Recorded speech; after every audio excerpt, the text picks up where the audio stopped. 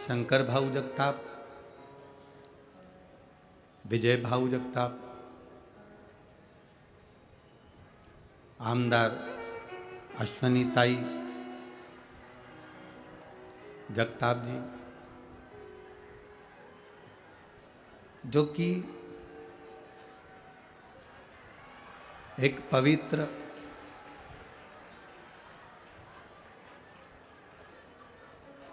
हटा दो, एक पर्दा हटा दो, हटा दो भैया, पर्दा हटा दो, हटा दो।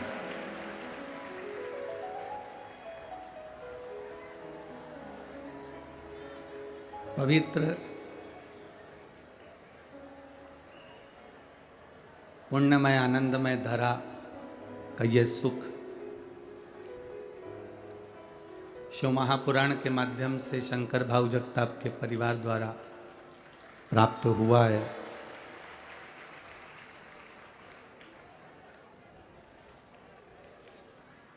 जगताप परिवार जिसने निरंतर जनमानस की सेवा की है, और हम तो शंकर भाऊ जी से, विजय भाऊ से और अश्विनी ताई जी से कहेंगे कि अगर भगवान पद और प्रतिष्ठा दे, अगर भोलेनाथ जी आपको पद दिए हैं, कुर्सी दी है, प्रतिष्ठा दी है, बाबा ने अगर आपका हाथ पकड़ कर रखा है, तो आपसे केवल इतना सा निवेदन जरूर करेंगे कि अपने क्षेत्र के लोगों को कभी दुखी मत होने देना, उनके चेहरे पर प्रसन्नता बनाकर रखें।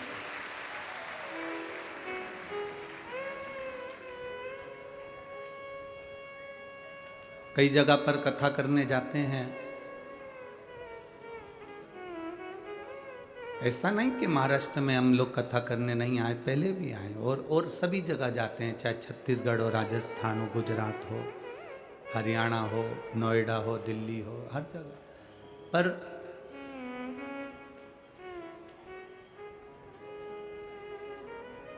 विजय भाऊ हो, चाहे शंकर भाऊ हो, चाहे अश्वनी ताई जी का परिवार आदिक सब हो, पर इनके परिवार की एक विशेषता देखिए कि सबके प्रति इनका समर्पण है और सरलता है, ये मुख्य थी जिसमें, और वो सरलता होना भी चाहिए, वो सहजता होना भी चाहिए। हम परमात्मा को पाने का प्रयास करें, और परमात्मा मिलता किसके बल पर है? निर्मल मन सो मोहि पावा। हमारा मन अगर पवित्र नहीं है, हमारा हृदय ही हम पवित्र ना रखें, आवाज नहीं आ रही पीछे, इधर साइड में भी आवाज खोलो, पीछे की आवाज खोलो। अगर हमारा मन ही पवित्र नहीं हो, हमारा चित्त ही पवित्र ना हो, तो हम फिर कितना भी पुण्य क्यों ना कर ले, हम कितना भी दान क्यों ना कर ले, हम कितना भी भजन क्यों ना कर ले, परमात्मा मिलेगा कैसे? आप सोने के सिंहासन पर भगवान को विराजमान कर दो और तुम्हारा मन ही पवित्र नहीं, तो सोने के सिंहासन से कभी परमात्मा नहीं मिल सकता, वो मिल ही नहीं सकता।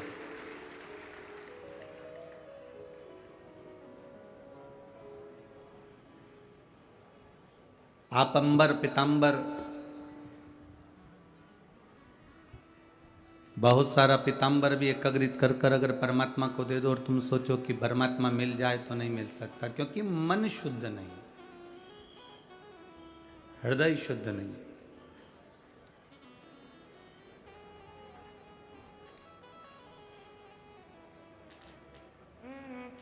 स्नान करने के बाद हम दर्पण के सामने जाते हैं और दर्पण में अपना मुख देखते हैं तैयार होते समय।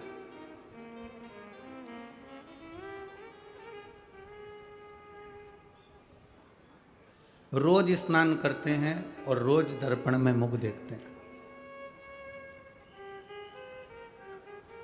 जिस तरह से हम स्नान करने के बाद दर्पण में मुख देखते हैं कि मैं ठीक लग रहा हूं कि नहीं लग रहा, मेरा चेहरा कैसा लग रहा है, मेरे बाल कैसे लग रहा है, मेरे कुंडल कैसे लग रहा है, मेरे गले की कंठी कैसी लग रही है, मेरे वस्त्र कैसे लग रहे हैं, मेरे मस्तक का श्री तिलक कैसा लग रहा है, मेरे आंखों का सुरमा कैसा लग रहा है।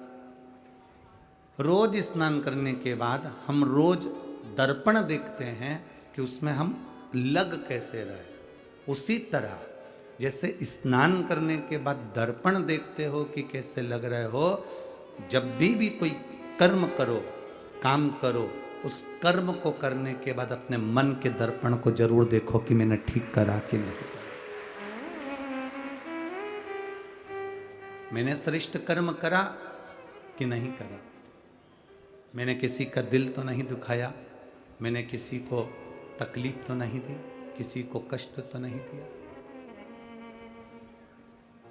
हमारे द्वारा किसी को कोई दुख तो नहीं हुआ। कई लोग कहते हैं हम बड़े दुखी हैं गुरुजी, हम कहते हैं दुख से कब तक भागोगे। संसार में ऐसा कोई बता दो जिसको तकलीफ नहीं हो, जिसको दुख नहीं हो। भगवान राम भी अगर इस मृत्यु लोक पर पधारे हैं, इस पृथ्वी पर अगर मेरे राम जी का अवतार भी हुआ है तो उनको भी दुख सहना पड़ा, तो आप और हम तो क्या है। भगवान कृष्ण भी इस पृथ्वी पर आए तो उनको भी दुख सहना पड़ा। संत तुकाराम जी हो, संत एकनाथ जी हो, मीराबाई हो, कर्माबाई हो, मुक्ताबाई हो, संसार में अगर जन्म लिया है तो कष्ट तो आता है।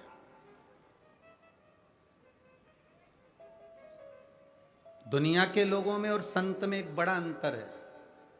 दुनिया के लोग दुख से भागते हैं और संत दुख से भागते नहीं, दुख से जागते हैं, और जो जागता है फिर वो नाम कमा कर बैठ जाता है। हम दुख से भागेंगे तो दुख हमारा पीछा छोड़ने वाला नहीं है, वो तो आज है तो कल भी और कल है तो परसों भी।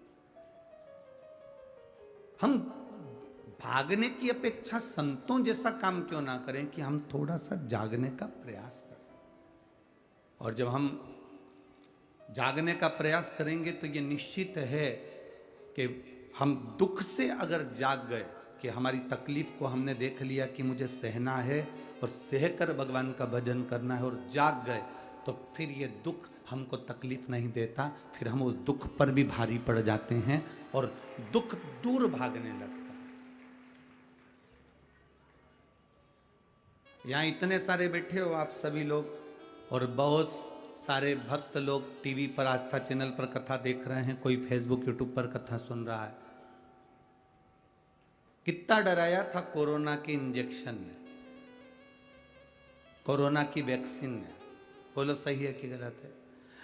वैक्सीन लगवा लो तो चक्कर आता है, वैक्सीन लगवा लो तो 3-4-8 दिन तक लगवाओगे तो वो होगा। पर जो वैक्सीन लगवाकर आ गए,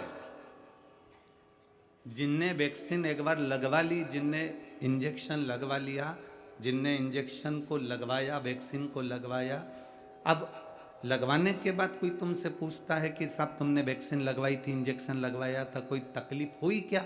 तो तुम क्या कहते? अरे हो, कई तकलीफ हो, अब इतना थोड़ा बहुत तो सब चलता रहता। पर तकलीफ, कोई ऐसी तकलीफ नहीं हुई कि हमको ये हाथ दुख गया, कि हाथ ही 8 दिन तक नहीं उठा, या हमको ये तकलीफ आई। क्योंकि तुम उस दुख से निकल चुके हो, तुमने वो वैक्सीन लगवा ली है, तुमने वो इंजेक्शन लगवा लिया, अब तुम्हें डर नहीं लग रहा। अब तो कोई तुमसे कह दे कि ये कोरोना की 4th डोज है या 3rd डोज है, ये लेना पड़ेगा, तो तुम कह देते हो हमारा नंबर लगाओ, हम लेकर आते हैं। उसमें क्या दिक्कत है? जो दुख को सहन करना चालू कर देता है, जो दुख को सह जाता है, वही दुनिया में नाम कमाकर आगे बढ़ जाता है। जो दुखी नहीं सह पाया, तकलीफ ही नहीं सह पाया, तो आगे कैसे बढ़ा? राम वन गए तो राम बन गए। अगर राम वन नहीं जाते तो राम कभी राम नहीं बन पाते। राम जी का वन जाना राम जी के बनने का मूल है।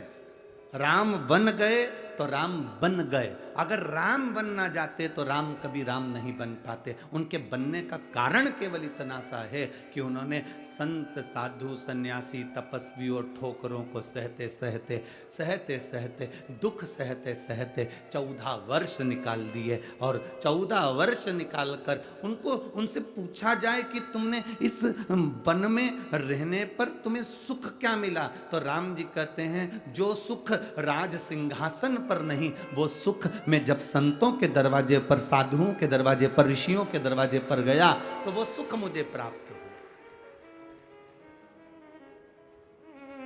वो सुख मुझे मिला।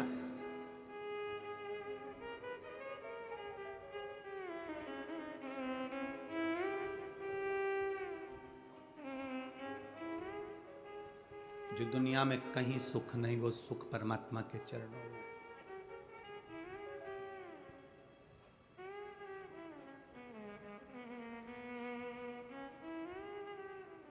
परमात्मा के चरणारविंद का वो सुख है। कभी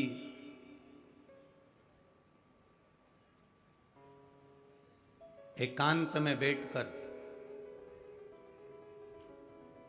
शिव जी के मंत्र जाप को, ओम नमः शिवाय हो, चाहे नमः शिवाय हो, चाहे श्री शिवाय नमस्तुभ्यम हो, चाहे राम नाम हो, चाहे हरि विठ्ठल हो, चाहे कृष्ण नाम हो, चाहे तुम जो नाम जपते हो, हम तुम पर कभी दबाव नहीं दिए कि तुम्हें यह नाम जपना पड़ेगा, तुम्हारी मर्जी। जब तुलसीदास जी ने रामचरितमानस में नहीं लिखा कि तुम ये नाम जपो, तुलसीदास जी ने रामचरितमानस में लिखा कि कलयुग में तुम राम नाम जपना, ये तुलसीदास जी ने नहीं लिखा। तुलसीदास जी ने लिखा कलयुग केवल नाम आधारा और सुमर सुमर नर उतर ही पारा। कलयुग केवल नाम आधारा। तुलसीदास जी ने यह नहीं लिखा कि कलयुग केवल राम धारा, उन्होंने लिखा नाम धारा। नाम धारा का मतलब है तुम जो जपोगे, तुम जो भजोगे, तुम्हारी मर्जी, तुम राम जपो, कृष्ण जपो, शिव जपो, दत्त जपो, पांडुरंगा जपो, हरि विठ्ठल जपो, तुकाराम जपो, तुम्हारी मर्जी पड़े, तुम जो जपोगे, बस तुम जो जप रहे हो वो जपने पर तुम पार उतर जाओगे। तुलसीदास जी ने लिखा कलयुग से पार उतरने का साधन है कलयुग केवल नाम धारा। उन्होंने राम भी नहीं लिखा कि राम धारा, उन्होंने लिखा नाम धारा। तुम्हारी मर्जी पड़े तुम उसको भजना और भजकर पार उतर जाना। ये तुम्हारे ऊपर निर्भर करता है कि तुम्हें जपना क्या है।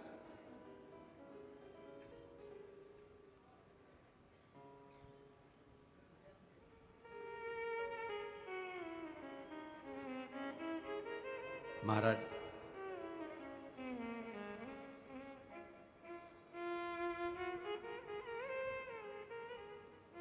बेटा पढ़ाई करना चाहता है इंजीनियर की, उसकी इच्छा है मैं इंजीनियर बनूं और मैं पढ़ सकता हूं, मैं अध्ययन कर सकता हूं, और घर में मम्मी और पापा कह रहे हैं, उसकी आई कह रही है, उसके भाऊ कह रहे हैं, उसके पिताजी कह रहे हैं नहीं तुझे तो डॉक्टर बनना है और सीए बनना है। अब बेटा क्या बनना चाहता है? बोलो बोलो जम के, इंजीनियर। और पिताजी क्या कह रहे हैं? डॉक्टर बन या सीए बन। मां कह रही है या तो डॉक्टर बन या सीए बन।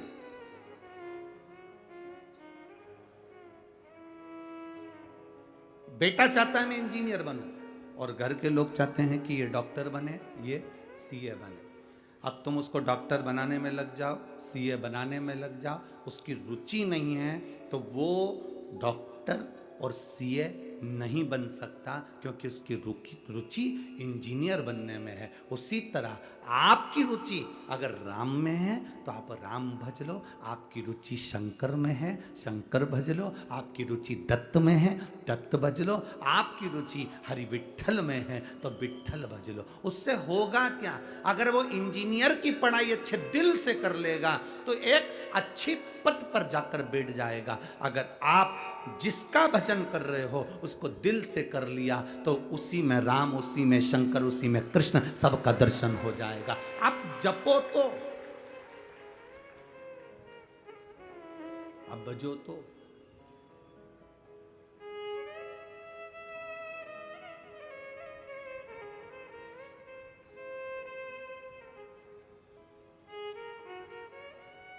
अपन स्वयं, हम स्वयं अगर मंदिर तक नहीं जा सकते,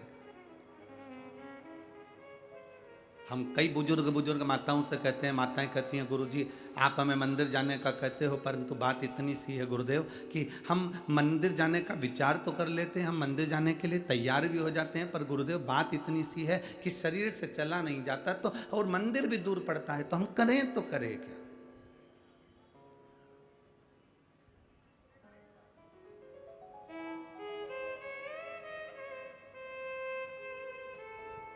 एक बहन रोज एक पत्र लिखती है, शायद आज भी पत्र आया होगा, हम पढ़ नहीं पाए।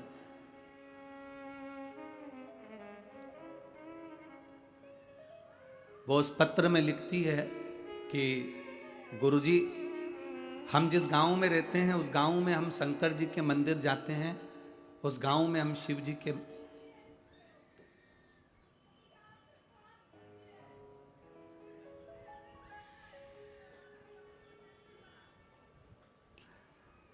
आप लिखकर भेजो मुझे, थोड़ा सा लिखिए, मैं उसको देखता हूँ। शंभू जरूर जरूर मैं करता हूँ, शंभू बैठो, जरूर करूँगा। आज कथा के बाद में 10 मिनट आपका और हमारा ही शरीर, ठीक है, बात कीजिए।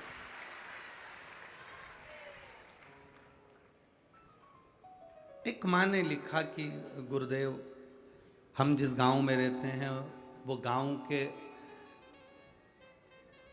सेठ जी ने मंदिर बनवाया है शंकर जी का, और हम उस मंदिर में अगर जल चढ़ाने के लिए जाते हैं तो वो बहुत अपशब्द कहता है।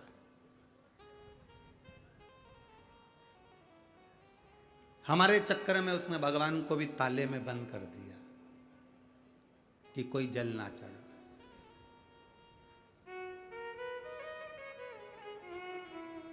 अब हम मंदिर में जल चढ़ाने कैसे जाएं? और हमारे गांव में मंदिर भी नहीं है, बस केवल एक ही मंदिर है जिसमें वो सेठ जी का बनाया हुआ है, और वो जल नहीं चढ़ाने देते और कहते हैं कि यहाँ कोई जल नहीं चढ़ाएगा, कोई कुछ नहीं चढ़ाए, और ताला लगा देते हैं। अब हम कहाँ जाएं? मेरा उस बहन से निवेदन है,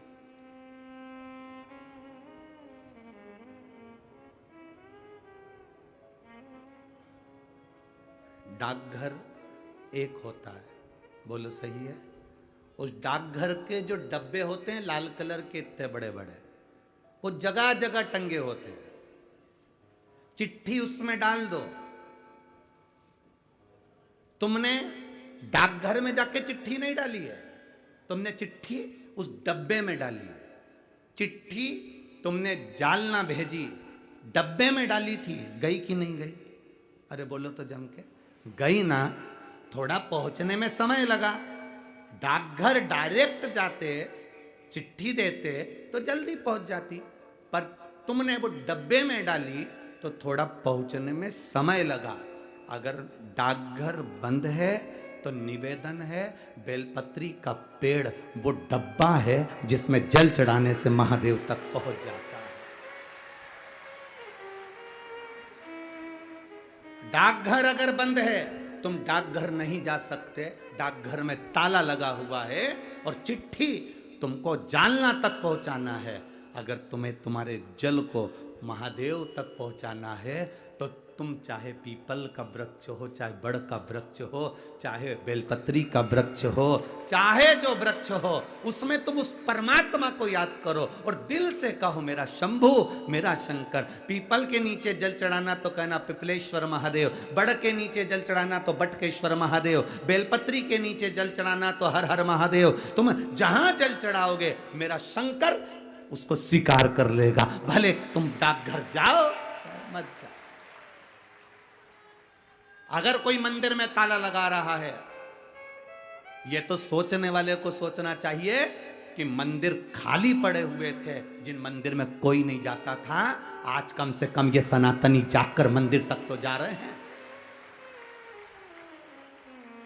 ये तो उनको सोचना चाहिए जो मंदिर में ताले लगा रहे हैं, जो मना करते हैं कि पानी मत चढ़ाओ, जल मत चढ़ाओ, ये मत चढ़ाओ, वो मत चढ़ाओ। ये उनको सोचना चाहिए कि कम से कम सनातनी जागा है, मंदिर तक तो आ रहा है, और तुम उसमें भी क्लेश करो। तो मेरा निवेदन है, तुम्हारे घर के पास में तुम जहां, और मेरी बुजुर्ग माताओं से निवेदन है, नहीं जा सकती तो तेरे घर में जो गमला हो, उस गमले में भी थोड़ी सी मिट्टी को ऊंची करना और उसको जल चढ़ा देना और वापिस पानी में हो गया मेरा शंकर का गुणगान। अगर मंदिर में तुम्हें जाने से मना ना करें तो तुम मंदिर जाओ, देवालय जाओ, शिवालय जाओ, और अगर मना कर दें तो फिर अपना भगवान की भक्ति जहां बैठकर करोगे वो स्वीकार करेगा। स्वीकार।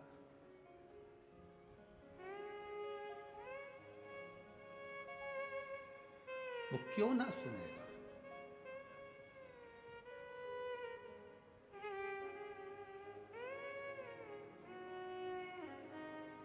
चीटी मंदिर जाती है, झिंगुर, जुआ, अरे बोलो तो जम के, हिरण, हाथी। जरा विचार करिए। श्रीमद् भागवत पढ़ी है आप लोगों ने? सुनी है भागवत? भागवत में सुना होगा। तो भागवत में हाथी के पांव को मगर पकड़ लिया, गज के पांव को ग्रह ने पकड़ लिया, और हाथी सबको बुलाया, कोई नहीं आया। आखिरी में हाथी ने भगवान को बुलाया, और भगवान आए, सुदर्शन छोड़ा, ग्रह का शीश कटा, मगर का सिर कट गया, हाथी का पांव छूट गया, हाथी डिप्रेशन में पड़ गया,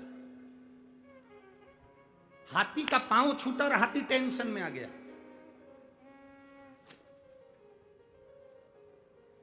अब जरा विचार करिए, आपने तो भागवत जी में सुना था कि हाथी का पांव छूटा और हाथी का भगवान ने कल्याण कर दिया, मगर का सिर कट गया, ग्रह का शीश कट गया, ये श्रीमद् भागवत में लिखा है। पर आप कह रहे हो गुरु जी की हाथी डिप्रेशन में आ गया, हाथी टेंशन में आ गया। टेंशन में आने का कारण क्या था हाथी का? उस श्रीमद् भागवत को अगर दिल से पढ़े होगे, सुने होगे, तो हाथी टेंशन में क्यों आया, हाथी डिप्रेशन में क्यों पड़ा?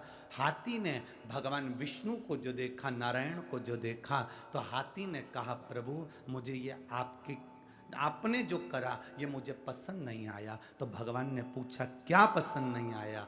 भगवान, हाथी कहता है पांव मेरा फंसा था,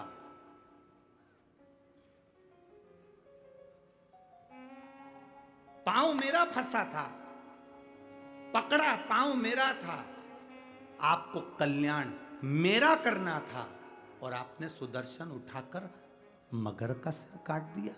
सबसे पहले कल्याण मेरा होना था और सबसे पहले कल्याण मगर का कर दिया। पहले कल्याण मेरा होना था और आपने कल्याण मगर का कर दिया, उसको परम पद दे दिया, और मैं हाथी पड़ा हूं। भगवान नारायण ने कहा रे हाथी, तू मुझे भज रहा था, तू मेरा भजन कर रहा था, और वो मगर तेरे पांव को पकड़ा था। भजन करने वाले का जो पांव पकड़ता है सबसे पहले वो तरता है।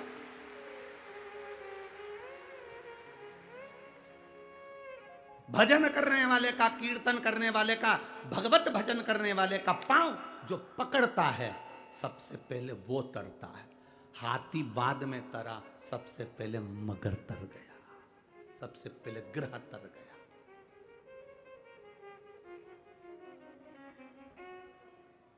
ये तो बाद में तरा है, हाथी तो बाद में गया परम धाम, पर पहले मगर गया, पहले ग्रह गया, क्योंकि उसने चरण हाथी का पकड़ा था, और वो हाथी जो भगवान को पुकार रहा था। आपसे भी निवेदन है, जो भगवान की भक्ति में डूबा हुआ हो, भजन में डूबा हुआ हो, मंत्र जाप में डूबा हुआ हो, नाम जाप में डूबा हुआ हो, नाम स्मरण में डूबा हुआ हो, उसके चरण आप अगर पकड़ कर रखे हो तो निश्चित है सबसे पहले कल्याण आपका होगा, फिर कीर्तन वाले का, फिर भजन वाले का।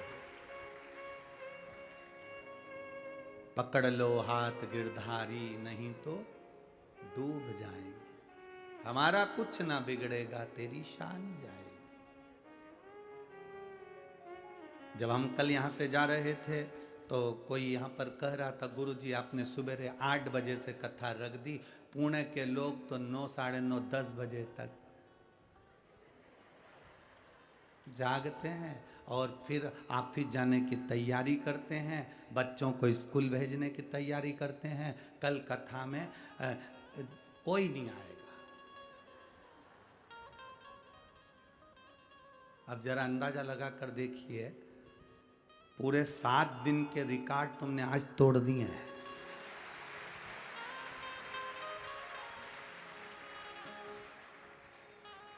यहाँ बता रहे थे कि सुबह 4 बजे से और रात को 3 बजे से लोग आना चालू हो गए थे, रात्रि भर चले हैं, रात भर भक्त आ रहे थे, पूरी रात चले।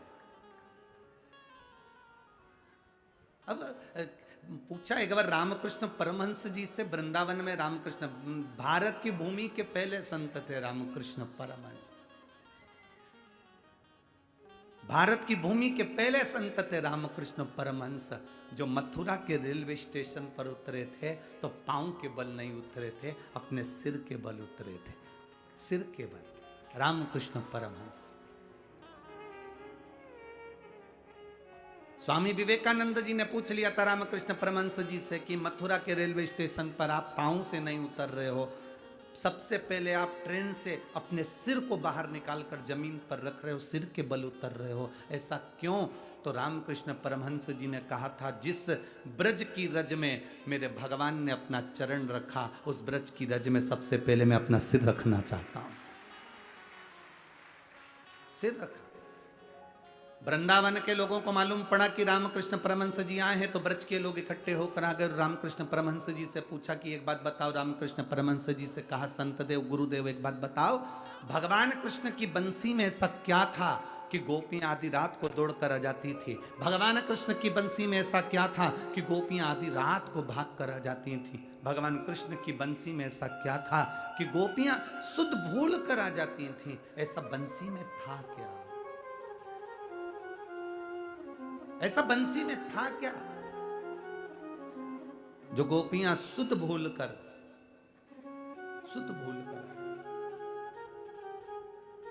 ऐसा क्या है बंसी के? ऐसा बंसी में था क्या? भगवान रामकृष्ण परमहंस जी ने कहा, इसका उत्तर हम देंगे। रात्रि को तुम 3 बजे यमुना जी के घाट पर आ जाओ। 3 बजे रात्रि को लोग यमुना जी के घाट पर पहुंच गए, रामकृष्ण परमहंस जी नहीं गए। 4 बज गई, रामकृष्ण परमहंस जी नहीं गए। सुबह की 6 बज गई, रामकृष्ण परमहंस जी नहीं गए। 7 बज गई, तब रामकृष्ण परमहंस जी यमुना जी के घाट पर गए। लाखों की भीड़ थी, सबने पूछा, गुरुदेव बताओ ना, भगवान की बंसी में ऐसा क्या था कि गोपियां आधी रात को अपना घर छोड़कर चली जाती थी? रामकृष्ण परमहंस जी ने कहा, भगवान की बंसी में ऐसा क्या था वो तो मुझे नहीं मालूम, पर आज भी उनकी बंसी में दम है, इसलिए तुम आधी रात को यहाँ इकट्ठे बैठे हो। आधी रात को तुम इतने सारे आए हो, आज भी उनकी बंसी में कुछ तो होगा, कुछ तो सुख होगा। अर्थात शिव महापुराण की कथा में कुछ तो होगा। जो लोग रात्रि को 2 बजे, 3 बजे, 4 बजे, 5 बजे, 6 बजे, कोई समय नहीं देख रहा, चले भगवत भजन की ओर, कुछ तो होगा। और वो क्या है शिव भगवान की इस कथा में, क्या है शिव महापुराण की इस कथा में, वो तो वही जानता है। पर ये निश्चित है, खाली न जाता कोई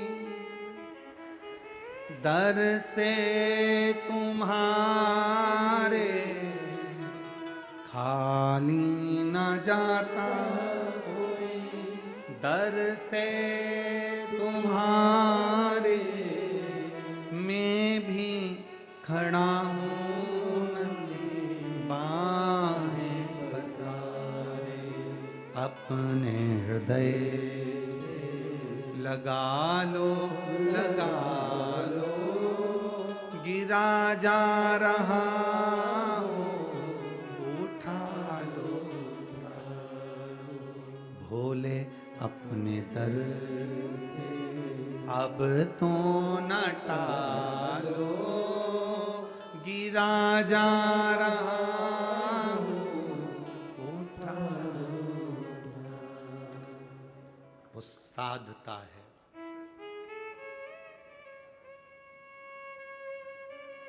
आज कथा का विराम दिवस है। मेहमान जाते हैं, मेहमान 10-15 दिन तक रहते हैं, तब तक अपने घर के बच्चों को 500 रुपये नहीं देते हैं। तुम्हारे यहाँ पुणे के मेहमान देते हो रोज 500 का नोट, तो बात दूसरी है। तो ऐसे मेहमान हमारे यहाँ भी भेज देना। मेहमान 15 दिन घर में रहते हैं, अपने घर के बच्चों को रोज 500 रुपये नहीं देते हैं, पर मेहमान जिस दिन जाता है उस दिन देकर जाता है। बस शिव महापुराण भी ऐसी ही है। 7 दिन तक मेरा कुबेर भंडारी इस पुणे नगर में आया, शंकर भाऊ कथा करवा लिए, जगताप परिवार कथा करवाया, आप सबने सुना। आज पिता जब जा रहा होता है तो अपने घर के पोता पोतियों को टॉफी देकर जाता ही है, कुछ देकर जाता है। जाए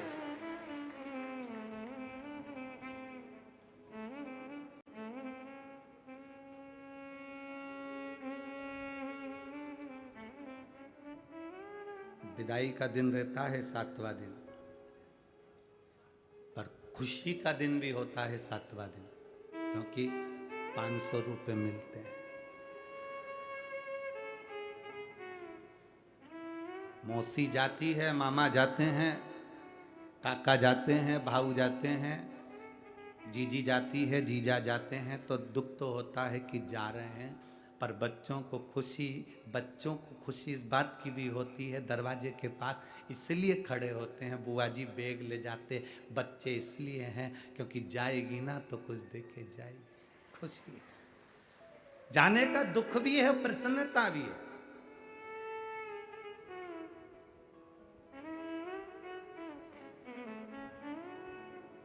आप भी मेरे भोलेनाथ जी से कहना, बाबा आप जा रहे हो ना कुबेर भंडारी, पर जाते जाते ऐसी कृपा जरूर कर कर जाना, ऐसा धन हमको भी देना कि जिंदगी में एक बार शिव महापुराण की कथा हम भी करवा सके, ऐसा वैभव हमको भी दे।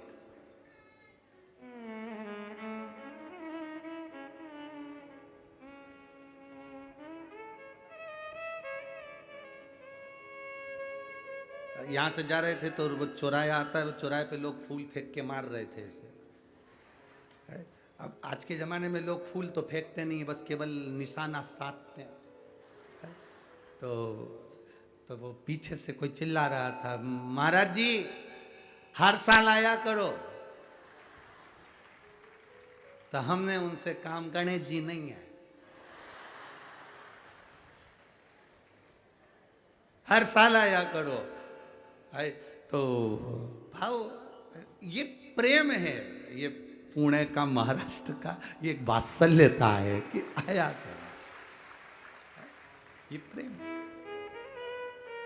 जाने का दुख भी है तो मिलने का दुख भी, प्रसन्नता भी है कि मेरा बाबा विराम वाले दिन जब मेरा कुबेर भंडारे की कथा पूरी होती है, ये कुबेरेश्वर धाम, ये कुबेर भंडारी की जो 7 दिवसीय शिव महापुराण जब पूरी होती है, तो वो जाते जाते आखिरी दिन जिसके पास जो बैग हो, जिसके पास जो झोली हो, जिसके पास जो सामान हो, समझ लेना वो खाली नहीं रखता, वो देकर ही भेजता है, भरकर भेजता है।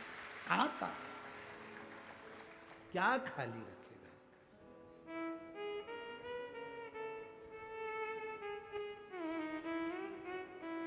मेरे बाबा दया करना,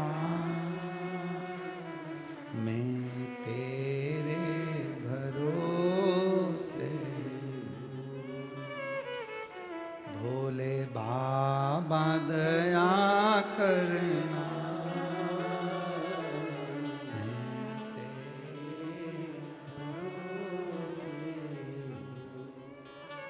मैं तेरे भरोसे हूँ, मैं तेरे भरोसे हूँ, मेरे बाबा दया करना, मैं तेरे भरोसे हूँ। हम बाबा के भरोसे पर रह रहे, हम किसके सहारे जी?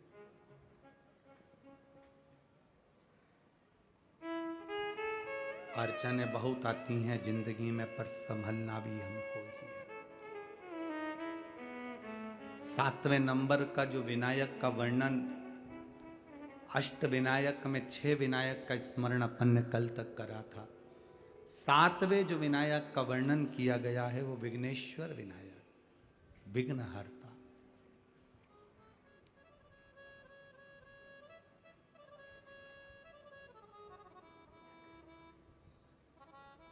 पशुपति व्रत करने से, जल चढ़ाने से, शिव महापुराण की कथा सुनने से आपकी जिंदगी में अगर थोड़ा सा भी लाभ मिला है तो एक बार शिव महापुराण की कथा में पहुंचकर बाबा को धन्यवाद जरूर दिया करो कि बाबा तूने खूब दिया, तूने कमी नहीं रखी, तेरी कृपा से मिला।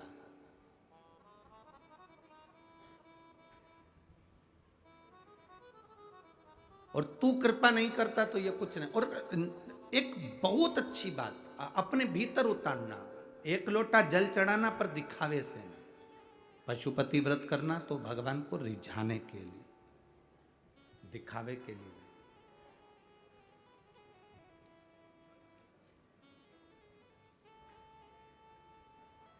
हम बहुत सारी भ्रांतियों में पड़ जाते हैं आजकल के ज़माने में।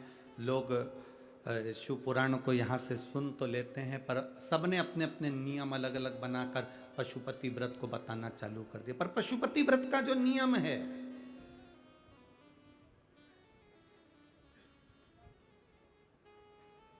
उसमें सबसे मूल है, सुबह की पूजन कर कर जो थाली लेकर आए उसको रख देना, शाम को 6 दिए लेकर जाना, प्रसाद एक साथ लेकर जाना, मंदिर में जाकर जब 6 दिए जमीन पर रख दो, 5 दिए प्रज्वलित कर दो, तब प्रसाद के 3 हिस्से करना।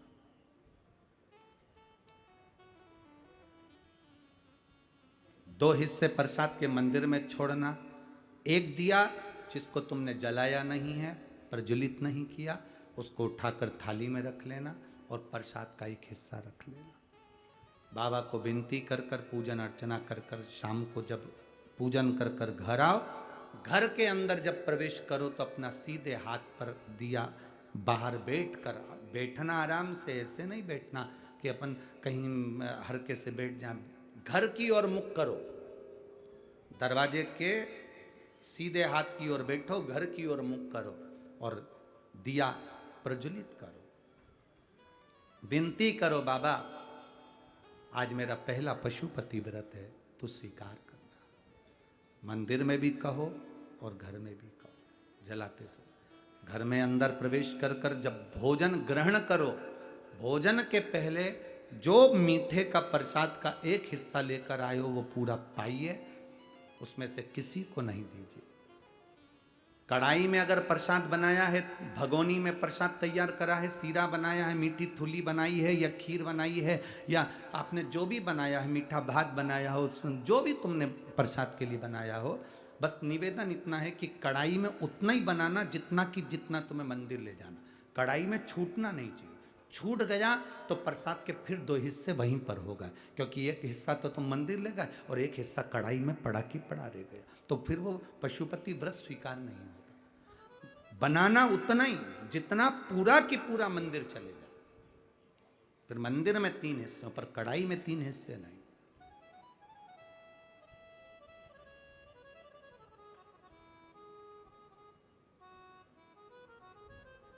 5 व्रत पूर्ण हो, 5वां व्रत जब हो, तब एक श्रीफल, 108 जो भी आप बाबा को समर्पित कर सकते हो, फूल की पंखड़ी हो, चावल हो, जो आप दे बाबा को वो समर्पित करो। श्रीफल भेंट बाबा को चढ़ाकर विनती करो, आज मेरा व्रत पूरा हो रहा है, तो कृपा करना मेरे बाबा, पशुपतिनाथ बाबा, ऐसी कृपा करना कि तू मेरी झोली जो मांगा है वो देना। थोड़ा रुकना, फिर अगर कार्य तुमने दिल से करा है, अगर व्रत, बाबा स्वीकारेगा। दिल से करा है, स्वीकारेगा।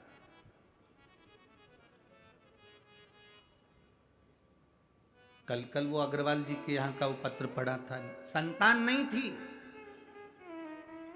पुणे मुंबई सब दूर दिखा लिया और डॉक्टर ने कह दिया संतान का सुख नहीं है, पर बाबा का पशुपति व्रत कर भरोसा किया, भरोसा किया तो बाबा ने दिया, तो 3 संतान प्रदान कर दी। ये शिव तत्व है, दिया उसने है तो संभालता भी वही है। वो उस कल एक पत्र आया था, उस पत्र में एक बुजुर्ग व्यक्ति ने अपने पत्र में लिखा था, अगर वो बैठे हों, पत्र ढूंढना बड़ा मुश्किल बात है क्योंकि बहुत पत्र है, तो उन्होंने अपने पत्र में एक बात लिखी थी कि गुरुजी, मैं 65 साल की मेरी उम्र है, पत्र ढूंढना तो मुश्किल है, 65 साल की मेरी उम्र है, मेरे शरीर में एक बीमारी हो गई है, जिस बीमारी के चलते मैं चल फिर नहीं सकता, मेरी नसें चोक हो गई है और मैं जा नहीं सकता था। कई महीनों तक हॉस्पिटल में पड़ा रहा। वो बीमारी ऐसी थी जिसमें शरीर मेरा पूरा चोक होते चले जाता है, नसें बंद होती चली जाती है। उस बीमारी का नाम भी उन्होंने लिखा था, जिस बीमारी का इलाज पूरे ना तो भारत में है ना विदेश में है। शरीर पूरा बेकार हो गया था, पड़ा रहता था। डॉक्टर ने कह दिया था इसका कोई इलाज नहीं है और तुम इनको घर ले जाओ। घर में भी पड़ा रहता था क्योंकि पाँव काम नहीं करते थे, शरीर काम नहीं करता था, बोल पाता नहीं था। धीरे धीरे शरीर ने पूरा जकड़ लिया था, बस मृत्यु की कतार पर था। जिसने पत्र लिखा हो, अगर वो बैठे हों, 65 साल की उनकी आयु है, अगर वो बैठे हों, पत्र जिनने लिखा था, कल नाम मेरे को ढूंढना पड़ेगा इसमें से, तो उन्होंने पत्र में लिखा, किसी बेटी ने लिखा था कि मेरे पिताजी की यह स्थिति थी और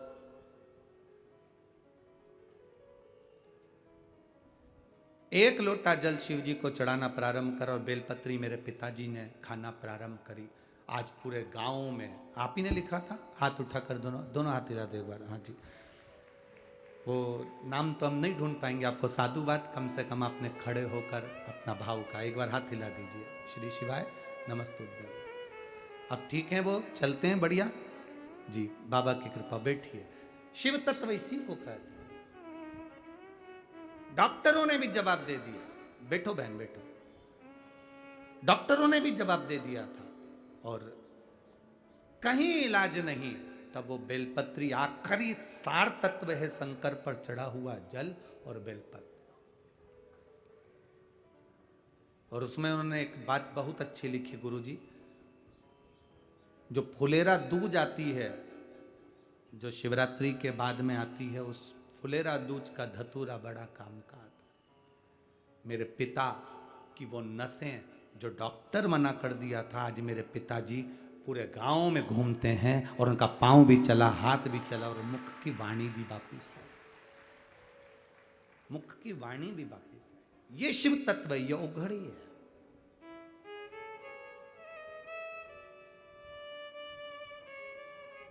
हम जल चढ़ा रहे हैं पर विश्वास नहीं है, हम मंदिर जा रहे हैं पर भरोसा नहीं है।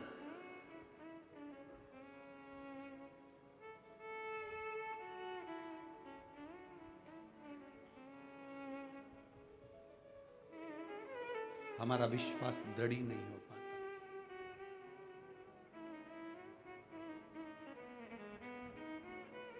अब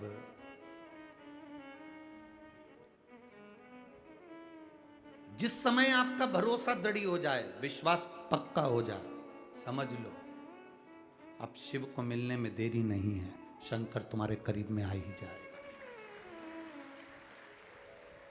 मंदिर, शिवालय पत्थर मानकर मत जाना, हमारे सीहोर में कुबेरेश्वर धाम पर तो अभी शिवलिंग की स्थापना भी नहीं हुई है।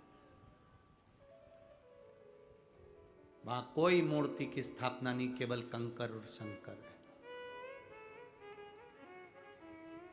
जिस स्थान पर बैठकर हमने भी कंकर शंकर की पूजन करी, वो स्थान वहां नियुक्त है। आप पूछेंगे कि हमें कंकर शंकर की पूजन कहाँ करना है, तो वहाँ पर आपको जो गार्ड लगे हैं वो बता देंगे कि वहाँ चले जाओ, 1 नंबर गेट के पास में, वहाँ बैठकर आप शिव जी की पूजन करो, कंकर शंकर पूजन करो।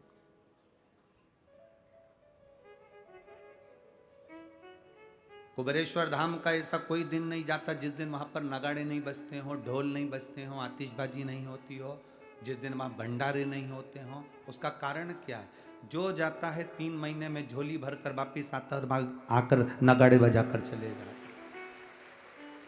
आता है भंडारे कर कर चला जाता। क्या देगा वो? ये उसके ऊपर आधारित है।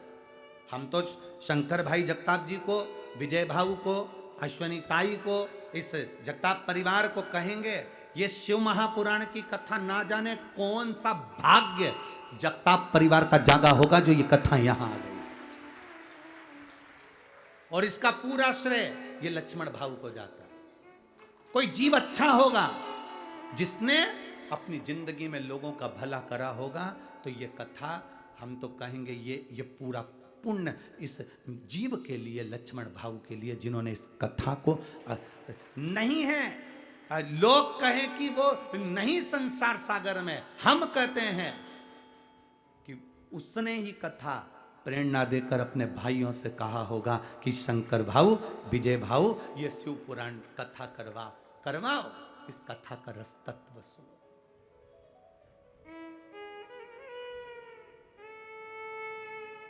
आज जितनी प्रसन्नता आप लोगों को हो रही होगी, उतनी प्रसन्नता मेरे लक्ष्मण भाऊ को हो रही होगी कि मेरे परिवार ने कथा कराकर आज पार लगा दिया। सारी पुराण करवाओगे वो 7 पीढ़ी तारने का कहती है। ये शिव महापुराण कभी आप उज्जैन में जाना और ऋण मुक्तेश्वर मंदिर पर पत्थर पर अंकित पढ़कर आना कि शिव महापुराण की कथा, और यह शास्त्र विद्धेश्वर संहिता कहती है कि शिव पुराण 7 पीढ़ी नहीं 71 पीढ़ी को पार उतार देती है। यह कोई साधारण सी नहीं।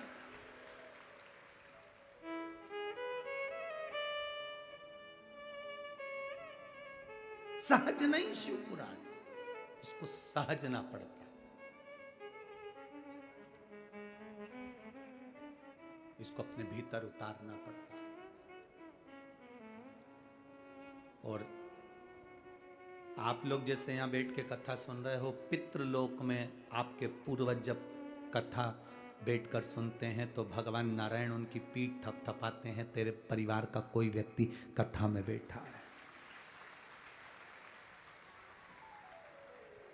कथा में बैठा है तेरा परिवार का कोई व्यक्ति।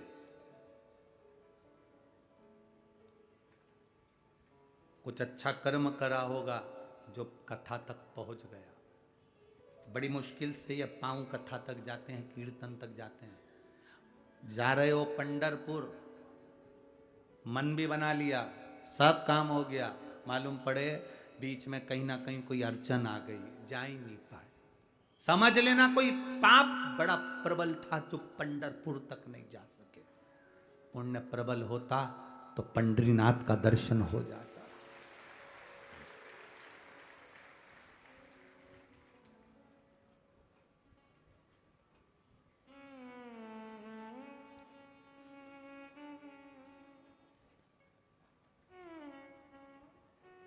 वो कहे ना, कोई जाए जो काशी में मेरा तेरा।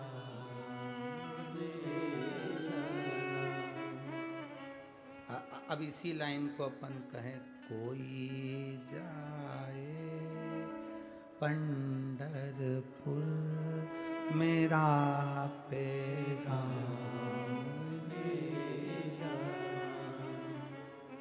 ये कहना। वो मेरे नारायण से इतनी विनती जरूर कर देना, वो मेरे हरि विट्ठल से इतना जरूर कह दे। ये कहना विट्ठल नाथ से तुम्हारी याद मैं खुद तो आ नहीं सकता, मेरा पैगाम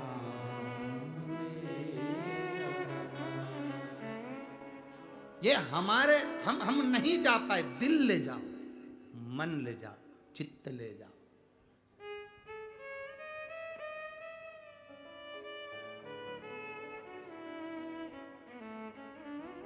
दुनिया के सारे मंदिर ऐसे हैं जिसमें मूर्ति है, पर कुबेरेश्वर धाम ऐसा है जहां मूर्ति नहीं, कंकर शंकर है। कुछ तो होगा वहां, विश्वास, श्रद्धा, भरोसा।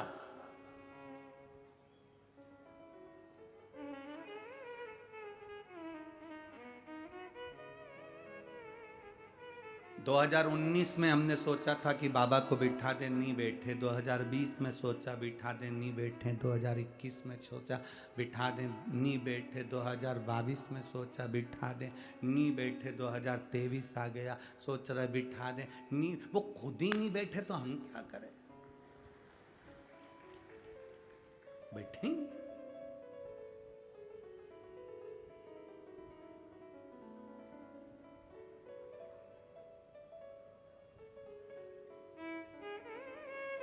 ये उसके ऊपर है। वो चाहता है कि ये कंकर शंकर है, ये आनंद है, कहाँ जाओ। विश्वास रखिए, भरोसा पक्का रखिए, दृढ़ी। एक माँ ने अपने पत्र लिखा, उस पत्र में एक माँ ने लिखा,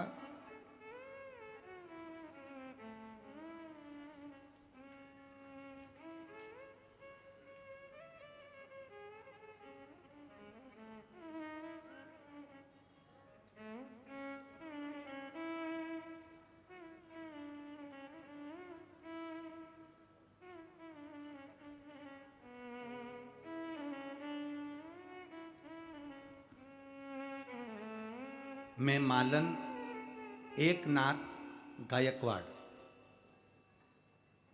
उचित बीड़ जिले की रहने वाली हूँ। कहीं बैठी हो तो हाथ हिला सकती हैं।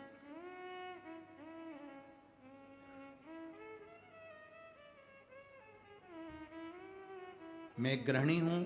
7 साल हो गए हैं हम लोग पुणे में हड़पसर में रहते हैं। बाबा का हम क्या गुणगान करें गुरुदेव।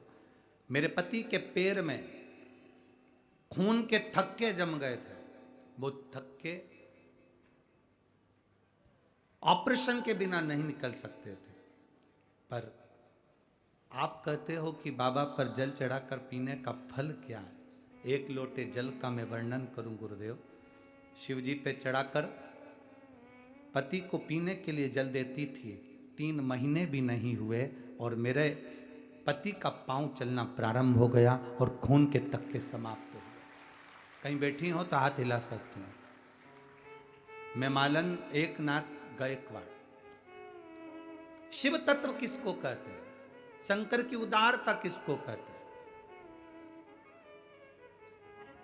रामचरितमानस में तुलसीदास जी ने लिखा, शंकर विश्वास रूपिणो। शंकर है क्या? केवल विश्वास, केवल भरोसा। आपका भरोसा अगर जिस दिन पक्का हो गया, उस दिन शिव को मिलने में देरी नहीं होगी। उस दिन शंकर भगवान को मिलने में देरी नहीं होगी। एक कथा, अष्ट विनायक में से एक विनायक है विघ्नेश्वर, विघ्नहरण विनायक। विघ्न एक भगवान का परम भक्त।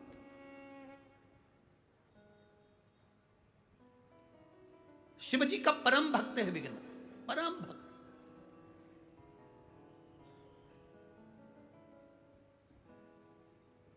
अब वो विघ्न शिव जी का परम भक्त है, भगवान शंकर की आराधना करता है, उपासना करता है, स्मरण करता है, 1 लोटा जल भी समर्पित करता है, सारा भगवत भजन में डूबा रहता है।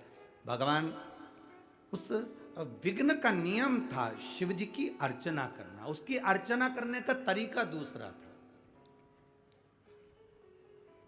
विघ्न की अर्चना करने का तरीका दूसरा था। वो क्या करता था, उसका एक नियम बड़ा प्रबल था कि वो शिव के मंदिर में, शिवालय में जाने का जो रास्ता होता था, उस रास्ते पर जितने पत्थर पड़े होते थे उन पत्थर को बीन कर एक कोने में पटक देता। विघ्न का भजन करने का तरीका। यहां पर सभी के भजन करने के अपने अपने तरीके हैं। या कुछ माताएं ऐसी आती हैं जो झाड़ू लगा लेती हैं पंडाल की। आप लोगों ने तो देखा कि नहीं देखा हमें नहीं मालूम, पर यहाँ कुछ माताएं ऐसी आती है जहाँ पंडाल में सवेरे उठेगी और 2-4 झाड़ू मारकर पूरे कचरे को सोर कर फेंकी आई। यहाँ कुछ माताएं ऐसी आती है कि भोजन भंडारे में जाकर पूड़ी बेलने का, भोजन बनाने के काम में लग जाती है। कुछ माताएं ऐसी आती है दूसरे को पानी पिला देती हैं। यहाँ कुछ माताएं ऐसी आती है जो दूसरे को कथा सुनाने के लिए गाड़ी भरकर, यहाँ वो कर्नल साहब की धर्मपत्नी बैठी होंगी कहीं, वो कर्नल साहब के, हाँ ये बैठी हैं, ये रोज गाड़ी भरकर जितने फौजी हैं उनकी धर्मपत्नियों को लाकर कथा सुनवा देती हैं। तो ये एक तत्व है शिव तत्व का, एक आनंद है। यहाँ सब तरह के भक्त हैं, कुछ रूप में वो लगे हुए।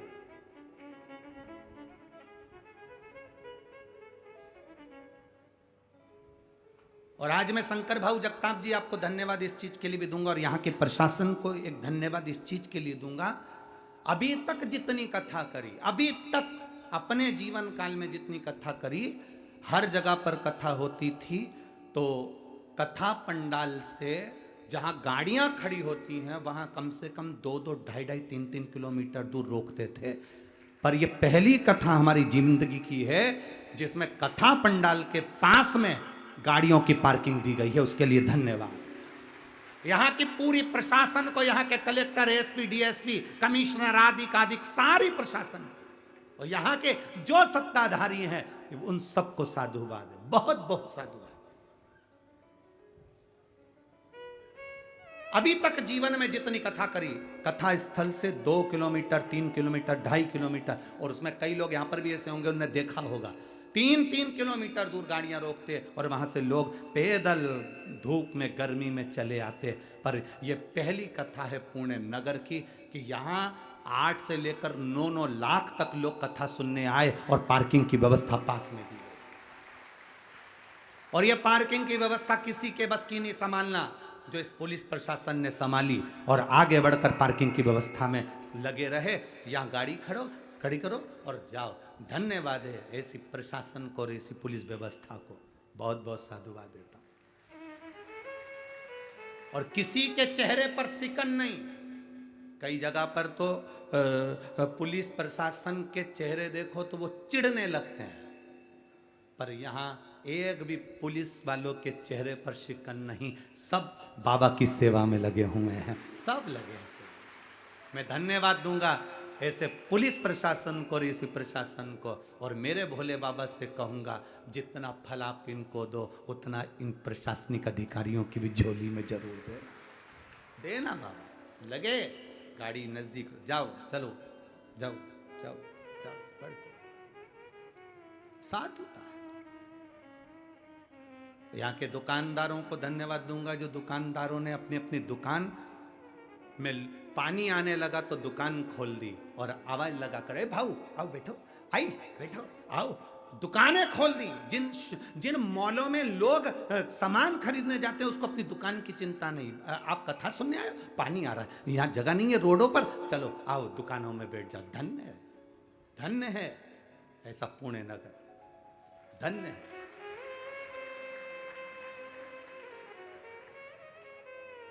लोग कहते हैं बड़ी सिटी वालों का दिल नहीं होता, हम कहते हैं जो ऐसा कहते हैं उनमें दिमाग नहीं होता।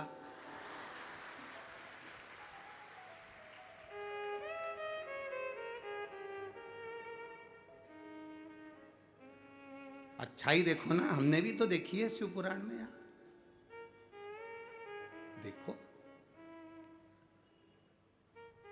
कोई पानी बांट रहा है, कोई बिस्कुट बांट रहा है, कोई कुछ बांट रहा है, कोई कुछ बांट रहा है। कितना कितना इतना प्रेम तो शिव पुराण के सिवा दुनिया में कहीं नहीं मिल सकता जो तुम देख सकते हो, कहीं नहीं। और जिनने देखा ये नजारा वो सुख पा गए, वो आनंद पा गए। महाराज विघ्न शिव जी का एक भक्त है, विघ्न शंकर का एक भक्त है, पर लोग कहते हैं ये मैं विघ्न शिव का भक्त, दुनिया के काम में विघ्न डालने वाला विघ्न शंकर का भक्त। हाँ, शिव का भक्त है विघ्न।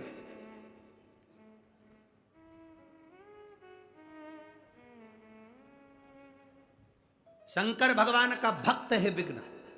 तो क्या विघ्न तो ऐसा है कि लोगों के काम में विघ्न डाल देता है, लोगों का काम बिगाड़ देता है, उसको विघ्न कहते हैं? हाँ, वो ही विघ्न, वो शंकर भगवान का भक्त है। इसीलिए तो शिव महापुराण की कथा कहती है, शंकर जी को एक लोटा जल चढ़ाकर जाना, तुम्हारे बेटे की शादी नहीं हो रही हो, बेटी की शादी नहीं हो रही हो, दुकान नहीं डल रही हो, कोई काम दिक्कत आ रही हो, शंकर भगवान को एक लोटा जल चढ़ा कर जाना, विघ्न आ ही नहीं सकता, क्योंकि वो शिव का भक्त है।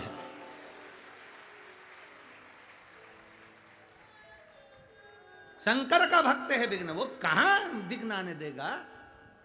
हमसे लोग कहते हैं शंकर भगवान को जल कितनी बजे चढ़ाए, हमने कहा तुम्हारी मर्जी पड़े तब चले जाओ, तुम्हारा मन करे तब जाओ। बाप और घर की माँ, माता और पिता कमरे में कम रहते हैं, हॉल में ज्यादा रहते हैं।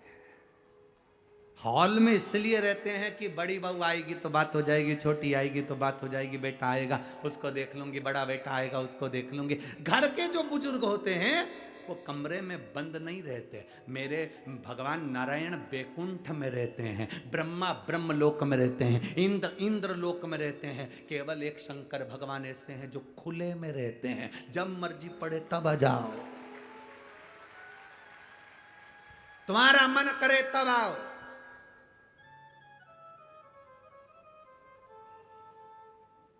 शिव का दरवाजा और शमशान का दरवाजा कभी बंद नहीं होता। क्यों? काल कब आएगा ये किसको मालूम है। जब काल आएगा तो लोग शंकर को याद करेंगे। इसलिए ये तो अब शंकर जी के मंदिर में दरवाजे होने लगे, नहीं तो शिव जी के मंदिर में कपाट नहीं होते थे। शंकर जी के मंदिर में कपाट नहीं है, कपट नहीं है और झंझट नहीं है। शिव जी के मंदिर में ये तीन चीजें है ही नहीं, एक कपाट, दूसरा कपट और तीसरी झंझट। फालतू की झंझट भी नहीं शंकर जी के मंदिर में कि भोग लगाना पड़ेगा, 56 भोग देना पड़ेंगे, कपड़े देना पड़ेंगे, भगवान को खूब अच्छे हार पहनाना पड़ेंगे, खूब अच्छी आभूषण लाना पड़ेंगे, झंझट नहीं। शंकर जी के मंदिर में भगवान तो कह रहे तू कुछ भी मत ला, एक लोटा जल चढ़ा कर चले जा, इतना भी नहीं बने तो 3 बार ताली बजा कर चले जा, इतना भी नहीं बने तो हर हर महादेव बोलकर चले जा, इतना भी नहीं बने तो मेरे शिखर का दर्शन कर कर चले जा। और एक चोर तो ऐसा विचित्र था, शंकर जी के मंदिर में चोरी करने गया, जब उसको चोरी के लिए जलाधारी उतारना थी तो टेबल कुर्सी नहीं मिली तो शंकर जी पे चढ़ गया। ऐसे भी भक्त हैं। और शिव जी ने उसको भी देख कर वर दे दिया, मांग तुझे क्या चाहिए। वो कहे मैं तो चोरी करने आया था। शंकर भगवान बोले ऐसे चोटे तो हमारे मंदिर में आते रहते हैं, तू तो मांग ले, क्या चलेगा। शिव तत्व की प्राप्ति हो, शंकर का गुणगान औघड़ी है।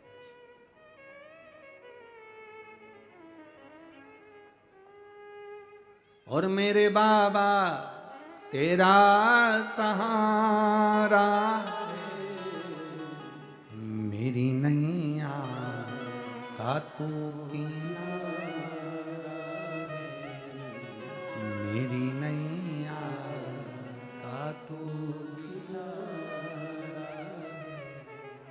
शिव तत्व को जानना है। विघ्न शंकर का उपासक शिव की भक्ति में लगा, और जब विघ्न शंकर की भक्ति में लगा रहा, ब्रह्मा जी के पास में शिव जी ने उसको भेज दिया तो ब्रह्मा जी की भक्ति करी, और ब्रह्मा जी ने भगवान नारायण के पास भेज दिया तो नारायण की भक्ति करी। भगवान नारायण ने कहा मांगो तुम्हें क्या चाहिए, तो कहा प्रभु मैं आपसे क्यों मांगू। विघ्न के शब्द कितने विचित्र हैं कि मैं नारायण से क्यों मांगू। अगर मैं शंकर की भक्ति करता हूं तो शंकर से मांगूंगा, मैं ब्रह्मा जी से क्यों मांगू? मैं शंकर जी की भक्ति करता हूं तो शंकर जी से मांगूंगा?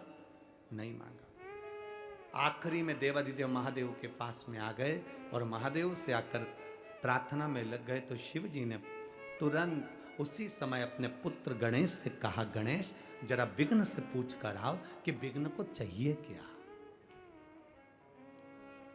भेजो। गणेश जी महाराज गए और विघ्न के पास में जाकर पूछा, बोल विघ्न तुझे क्या चाहिए? विघ्न कहते हैं मुझे वर दीजिए।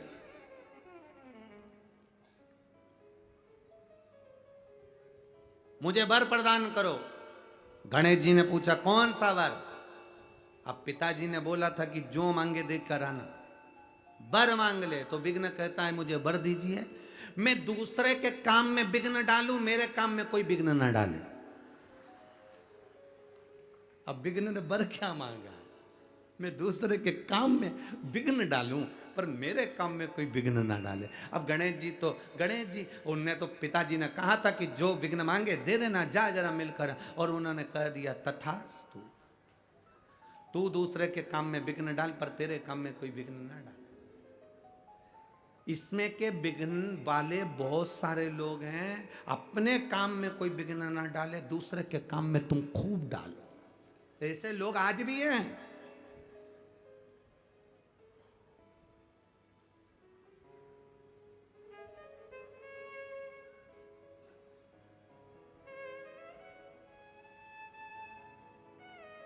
एक हमारे पंडित जी हैं, हमारी कथा में साथ में रहते हैं, हम उनका नाम नहीं बोलेंगे। उनकी शादी थी अभी जनवरी फरवरी में, तो शादी थी तो उनके रिश्तेदार उनकी शादी में बहुत विघ्न डाले। फिर जिनने विघ्न डाला था उनके घर में शादी आई तो हमने उनसे कहा कि अब उनके घर में वो खुद विघ्न डालेंगे क्या? अरे गुरुजी कोई डाल के बता दे विघ्न। बड़ा दुनिया में ऐसे बहुत लोग हैं। एक निवेदन आपसे, किसी के बेटे की शादी हो रही हो, किसी की बेटी का संबंध पक्का हो रहा हो, किसी के यहाँ कोई अच्छा कार्य हो रहा हो सके तो आगे बढ़कर काम करना पर विघ्न मत डालना, जिससे आपके जीवन में भी कोई विघ्न नहीं।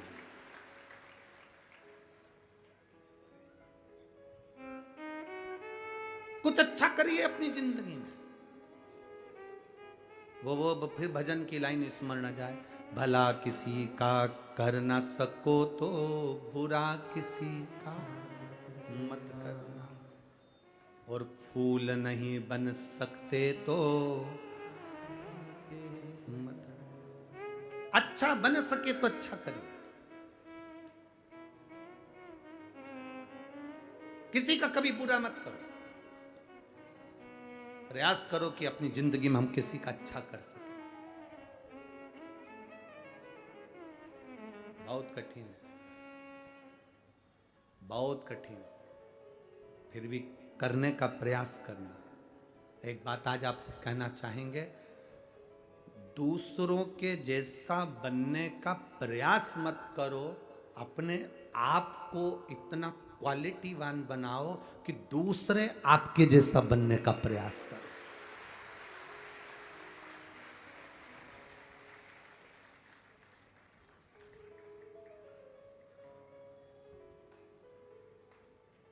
हम प्रयास करते हैं, घर के लोग कह देते हैं, घर के लोग बोलते हैं, माताएं कह देती अपने अपने बच्चों को, उसको देख ले, तेरे दोस्त को देख, तेरे दोस्त को।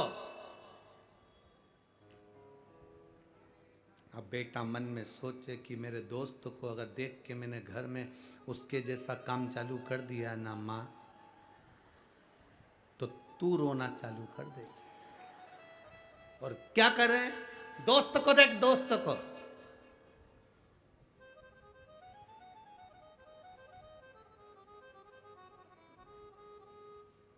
दूर के ढोल सुहावने लगते हैं, अपने नहीं।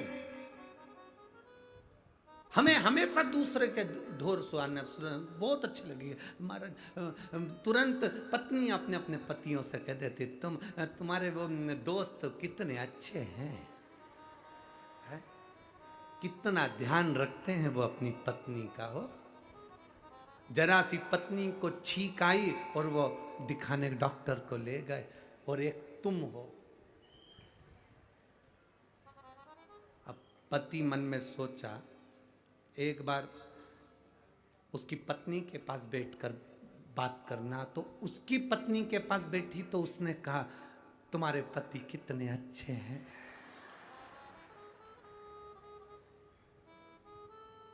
हमें लग रहा है कि वो ठीक है, अपने आप में संतुष्टि कहां है हमको।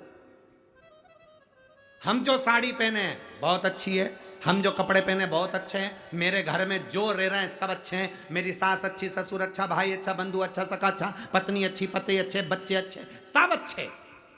जिस नौकरी को मैं कर रहा हूं वो नौकरी भी मेरी अच्छी है। किसी के कहने पर तुमने कहा बहुत दिन हो गए इस कंपनी में करते करते, वो इसको वो क्या बोलते, स्विच कर देना ना, ऐसे ही बोलते शायद है?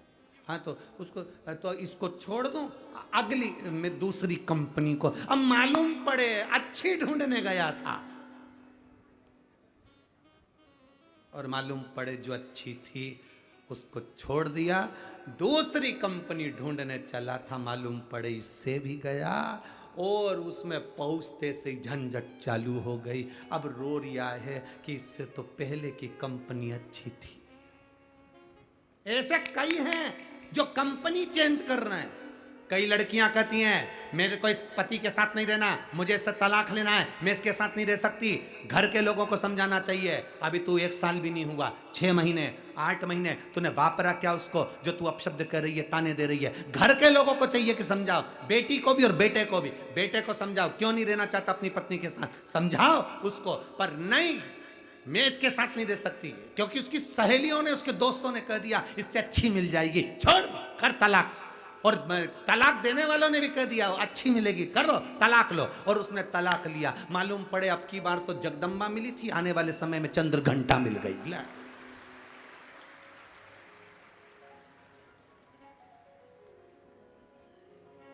वो तो हफ्ते में 1 आध बार रूठती थी, ये तो जगत जननी जब देखो जब तैयार।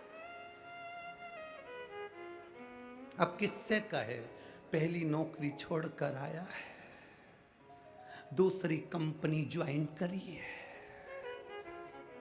अब कंपनी ज्वाइन करी है तो फिर अब काम करो। पहली कंपनी में तो जितने घंटे काम करता था उतना ही ठीक था, अब इस कंपनी में तो लगा सुबह से रात तक। सुबह से उठता है, बच्चों को नहलाता है, कंपनी का पूरा काम कर कर घर आकर सब्जी लेकर आता। फिर वही बात आ गई जो अभी हमने छिंदवाड़ा में कही थी ना, कि जिनकी कितना दुख होता होगा जिनकी शादी में दूल्हा जब स्टेज पर आता है और माला लेकर जब दूल्हा स्टेज पर जब चलता है, इधर से फुलझड़ियाँ, इधर से धुआं निकलता है, नगाड़े बजते हैं और डीजे पे गाना बजता है, अजबो शान शहंशाह।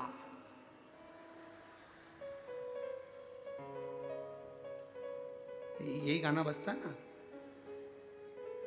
कैसा बजता है वो, अजबो शान शहंशाह। नगाड़े बज रहे हैं, आतिशबाजी हो रही है, धुआं निकल रहा है, फुलझड़ियां जल रही है और दूल्हा फेटा बांध के अपने दोस्तों के साथ आ रहा है और डीजे पे गाना बज रहा है, अजबो शान शहंशाह। और मालूम पड़े 6 महीने के बाद वही शान शहंशाह टाबिल लपेट के बाल्टी भर रहा है। कितना दिल दुखता होगा, दिल के अरमा आंसुओं में बह गए।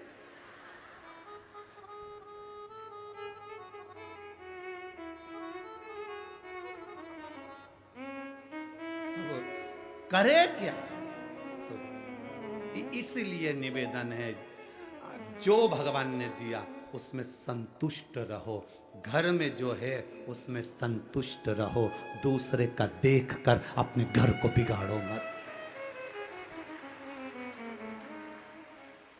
दूसरे का घर देखकर अपना घर मत बिगाड़ना कि उनके घर में ये पर्दा है, उनके घर में ये सामान है, वो घर में ऐसे हैं, वो वैसे हैं। जरा दूर के ढोल सुहावने नजर आते हैं, हर एक को लगता है वो अच्छे हैं, वो सुखी हैं। एक बार जरा जाकर पूछो, जो 50,000 रुपए के डनलप के गद्दे पर सोते हैं, उनको भी नींद की गोली खाकर सोना पड़ता है। जरा पूछो तो सही। इससे तो साधारण गरीब व्यक्ति को लग रहा है कि 50,000 का गद्दा, एसी का रूम, डनलप के गद्दे पर सोचो नींद नहीं आ रही है, गोली खाना पड़ रही है। और तुम्हें लग रहा है मैं तो पड़ा हूं, तो नींद तो आ रही है ना।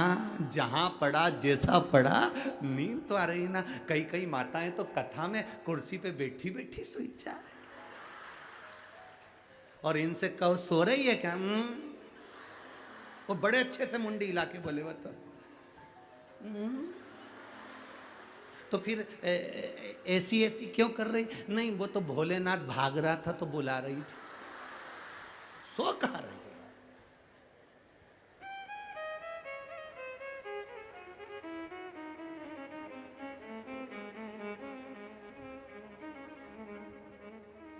अपने स्थान पर बैठकर भगवान देवाधिदेव महादेव से आज कथा का विराम दिवस है। दिल से बाबा से प्रार्थना करिए, भगवान देवाधिदेव महादेव आपके हृदय की बात को श्रवण करे, भाव के साथ में जहां जगह मिले वहां बैठकर भाव से बोलिए। जो कार्यकर्ता भी खड़े हुए हैं वो भी भगवान देवाधिदेव महादेव से भाव से प्रार्थना करें, दिल से जहां जगह मिले वहां बैठकर भाव से बाबा को बोलिए।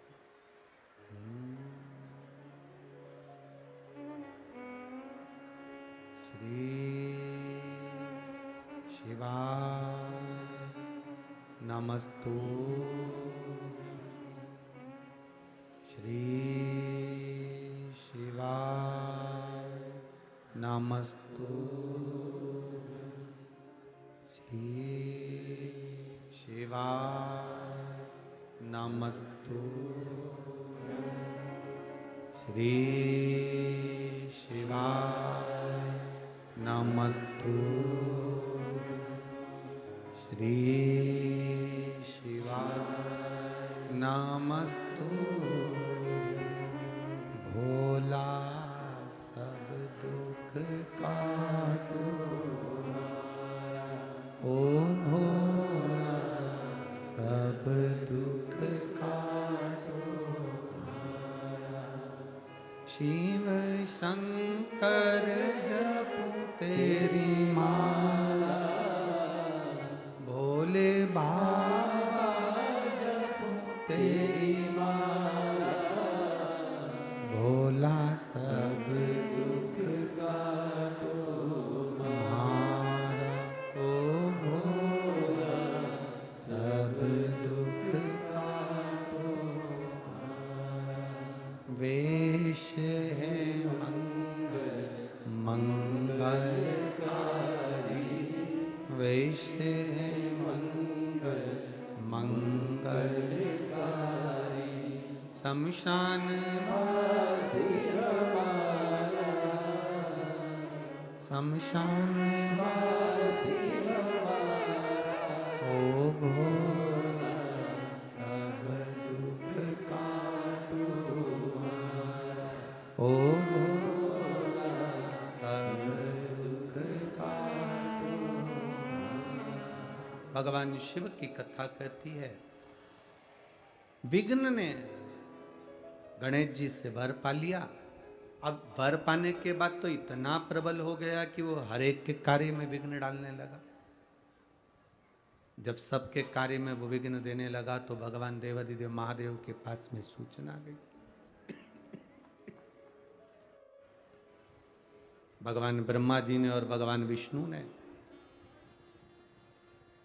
जाकर भगवान देवाधिदेव महादेव से स्तुति करी कि आपका परम प्रिय शिष्य विघ्न गणेश जी से वर पाकर सब दूर विघ्न डाल रहा है। तो भगवान शंकर जी ने कहा, एक काम करो ना कि देवता उसके कार्य में विघ्न डालो। ना ना ना, उसने वर मांग लिया कि मैं सबके यहाँ विघ्न डालूं पर कोई मेरे यहाँ विघ्न नहीं डाल। ऐसे दुनिया में बहुत लोग होते हैं जो अपने भीतर की बुराई नहीं देखते।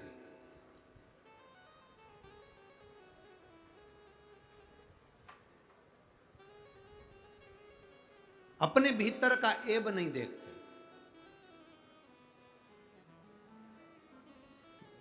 दूसरे का देख रहे। शिव पुराण कहती है एक उंगली अगर हमने किसी पर उठाई है तो ये 3 उंगली हमारी ओर जाती है कि तुम अपने अंदर झांक कर देखो कि तुम कैसे हो। उसमें एक गलती है तो तुम में 3 गलतियां भरी पड़ी। हम अपने अंदर की गलतियों को नहीं देखते। वो कहते हैं ना, एक व्यक्ति जा रहा था, गुलाब के फूल को देखकर बोल दिया कि गुलाब कितना सुंदर है, पर कांटे नहीं होते तो कितना अच्छा होता। कोयल को देखकर बोला कोयल कितना सुंदर बोलती है, पर काली नहीं होती तो कितना अच्छा होता। समुद्र के जल को देखकर बोला कि समुद्र का जल कितना सुंदर है, पर खारा नहीं होता तो कितना अच्छा होता। समुद्र का जल, कोयल और गुलाब का फूल तीनों ने मिलकर कहा, रे मनुष्य, तुझमें दूसरे की बुराई देखने की आदत नहीं होती तो तू कितना अच्छा होता। तू खुद दूसरे की बुराई देखने में लगा हुआ है, दूसरे की निंदा करने में लगा हुआ है, अपने भीतर का ऐब नहीं देख पा रहा, अपने भीतर की बुराई नहीं देख पा रहा, अपने भीतर की निंदा हम नहीं देख पा रहे। हम दूसरे का ऐब देख रहे हैं। भगवान शिव जी ने गणेश जी को बुलाया। तूने विघ्न को क्या वर दे दिया? प्रभु आप ही ने तो कहा था कि देकर आ जाना, दिया है।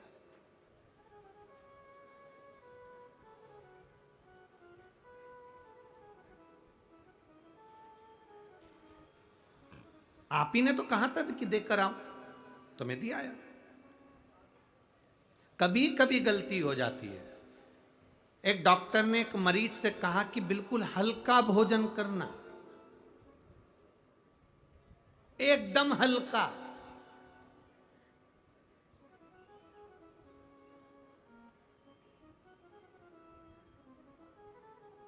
अब उसने सोचा है सबसे हल्का भोजन क्या हो सकता,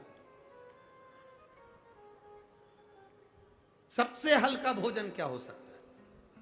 तो विचार में पड़ा।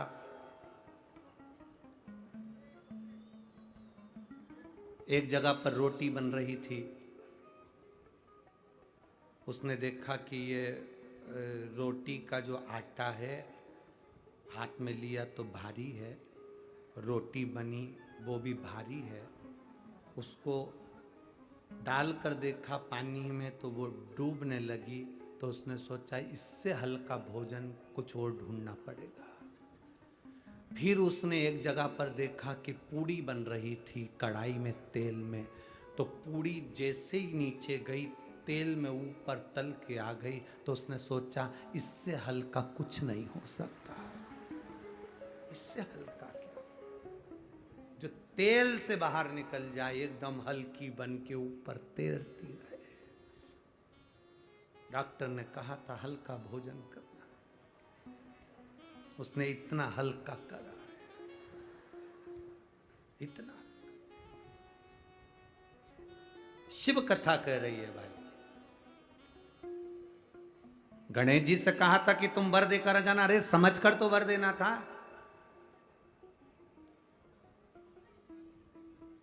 ज्यादा खुश होकर, प्रसन्नता में कभी कोई वर मत दो। पतियों से निवेदन है, कभी प्रसन्नता में वर मत दो। खुश होकर, आज तेरा बर्थडे है, मेरा मन कर रहा है जो तू मांगेगी मैं दे दूंगा। वो भी समझदार थी, उसने कह दिया तलाक। समझदार थी, उसने कहा तलाक। कभी खुश होकर मत बोलो कि आज मैं बड़ा खुश हूं, तू जो मांगेगी मैं दे दूंगा, तू जो मांगे मैं दे दूंगा। ना ना, बड़ी प्रसन्नता में दशरथ जी ने वर दे दिया था कि कई को, और राम जी को 14 वर्ष बन जाना पड़ा। तुम ज्यादा प्रसन्न हो तो कभी वर और वचन देने की बात ही मत करो, अगर रामायण पढ़ी है तो। पत्नी भी कितनी खुश हो तो भी मत बोलना कि मैं बहुत खुश हूं, तुम जो मांगोगे तो दूंगा, बिल्कुल नहीं, कभी मत। गणेश जी ने वर दे दिया, विघ्न को वर मिल गया। शंकर जी ने कहा तुम साधो इसको, गणेश जी कहने लगे चिंता मत करो, आपने कह दिया ना मैं साधू, अब मैं साध लूंगा। भगवान गणेश जी विघ्न के पास पहुंच गए। गणेश जी इतने चतुर थे कि विघ्न जहां विघ्न डालने के लिए जाता था, गणेश जी उस विघ्न को अपने पास बुला लेते थे और खुद तो मोदक खाते थे, उसको इतना खिला देते थे कि विघ्न पलंग पर सोता रहता था, विघ्न जाने डालने के लिए जा ही नहीं पाता, पड़ा रहता। अब सबके घर के काम सुलझने लगे। एक दिन विघ्न ने गणेश जी से पूछा कि मैं दुनिया के लोगों के काम बिगाड़ता हूं और तुम मेरे बिगाड़ रहे हो, ये अच्छी बात है। गणेश जी ने कहा वचन मैंने दिया था और तूने मुझे वचन में फंसा लिया, इसलिए अगर तू चाहता है कि तेरे कार्य में विघ्न ना आए तो तू मेरी शरणागति ग्रहण कर ले। विघ्न ने गणेश जी के चरण पकड़ लिया, आज के बाद कभी विघ्न नहीं डालूंगा, ये निश्चित है, पर मेरी एक शर्त है गणेश जी। गणेश जी ने पूछा क्या शर्त? आपको मुझे अपने साथ में रखना पड़ेगा, तुम्हारे नाम के साथ मेरा नाम जोड़ना पड़ेगा। भगवान गणेश जी ने कहा अगर दुनिया का भला हो रहा है तो तेरा नाम मेरे साथ जोड़ने में जाता क्या? तो भगवान गणेश जी ने अपना नाम रख लिया विघ्नेश्वर, विनायक, विघ्नहर्ता। गणेश जी ने जैसे विघ्नहर्ता अपना नाम रखा, विघ्न ने कह दिया प्रभु मैं वचन देता हूं मेरे नाम के साथ जो आपका नाम लेगा, आपके नाम के साथ मेरा नाम लेगा, उसकी जिंदगी में कभी कोई विघ्न ही नहीं आएगा। वो विघ्न विनायक, बोल विघ्न विनायक भगवान की जय, श्री विघ्नेश्वर विनायक भगवान की जय। ये 7वें नंबर के विनायक थे। अब 8वें नंबर के जो विनायक आए हैं वो महागणपति हैं। क्या नाम है उनका? महागणपति। महागणपति का मतलब होता है कि जो बहुत विशालतम स्वरूप में हो और विशाल उनकी सोच हो। शरीर विशाल होने से कुछ नहीं होता, मन और सोच विशाल होना चाहिए। मकान बड़ा होने से कुछ नहीं होता, घर बड़ा होने से कुछ नहीं होता, दिल बड़ा होना चाहिए। तो समझो कि आप महागणपति हैं। जिस घर में बहुएं भोजन बनाए, पोहा बनाए, उपमा बनाए, खीर बनाए, सामान बनाए, भजिया बनाए, पकोड़ा बनाए, समोसा कचौड़ी बनाए, और बहुएं या बेटियां या घर की नारी या घर का व्यक्ति बनाते समय सबसे पहले बाहर देने की अपेक्षा अपने लिए कटोरी में पहले से निकाल के रख ले, समझ लेना वो महागणपति नहीं है। महागणपति किसको कहा गया? दूसरे को खिलाकर खुद खुश हो जाना, दूसरे को सुख देकर स्वयं सुखी हो जाना, यह महागणपति का रस्तत्व है। कईयों की आदत रहती है घर में कुछ भी सामान पहले बना, पहले अपने लिए निकाल के रख लिया, बाद में फिर बाहर, क्योंकि खत्म हो गया तो टेंशन तो इनको रहता ही है कि खत्म हो गया तो। और कई कई ऐसे होते हैं जिनको विश्वास है मैंने अगर इतनी खीर बनाई है, मैंने इतना सीरा बनाया है, मैंने इतना उपमा बनाया है, उसको अपने अन्नपूर्णा पर भरोसा है, उसे अपने शंकर पर भरोसा है, तो वो बचाता नहीं, उसको मालूम है बचेगा, अपने आप बचेगा, उसमें बचाने की जरूरत नहीं, बच जाएगा, अपने आप बचेगा।